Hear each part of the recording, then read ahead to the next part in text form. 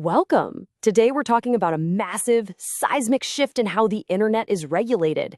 It's not happening next year or next month, it's happening right now, and the world's biggest tech companies are absolutely scrambling to keep up. So let's get into it, the 3-hour takedown.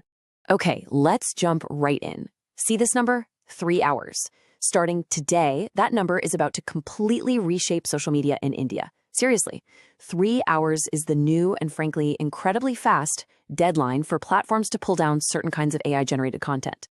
Now, to really understand how huge this is, you have to know what the old deadline was. It was 36 hours.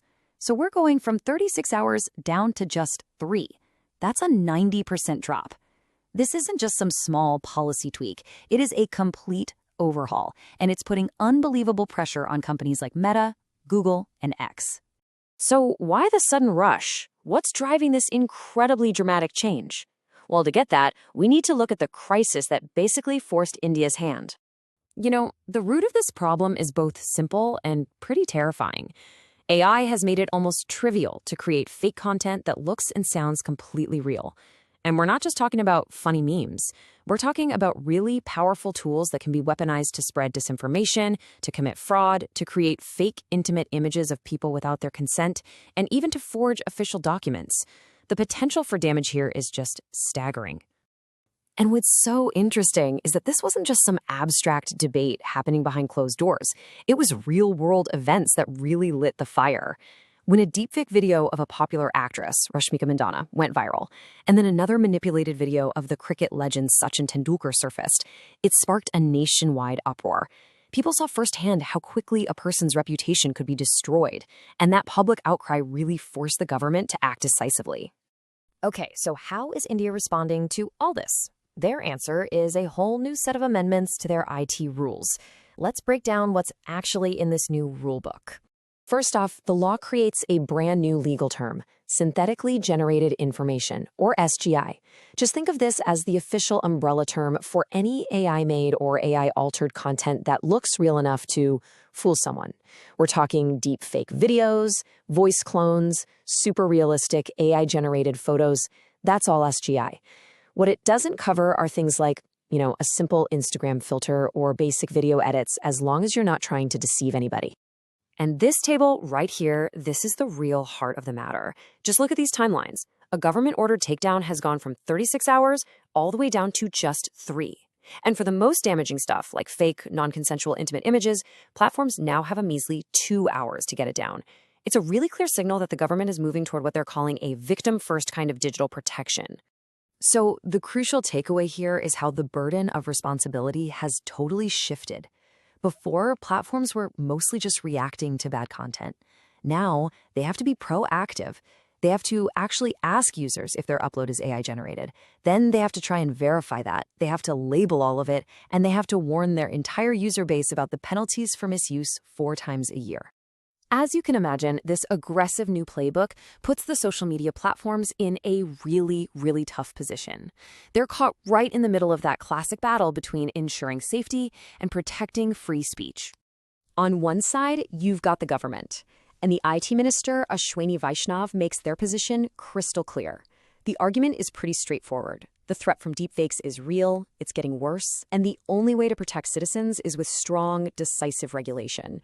But on the other side, you have digital rights groups, like the Internet Freedom Foundation, and they're raising some serious red flags. They're arguing that a 3-hour window is just not enough time for a human being to properly review a complaint. It basically forces platforms to rely on automated systems, which, as we know, make mistakes. The big fear is that this will lead to a lot of accidental censorship of totally legitimate content. And this slide really puts that tension on full display. On one hand, you have the urgent need to stop harmful content from going viral and destroying lives. On the other, you've got the fundamental importance of protecting free speech. So how do you find that balance? How do you protect people from abuse without building a system that accidentally silences artists, satirists, or critics?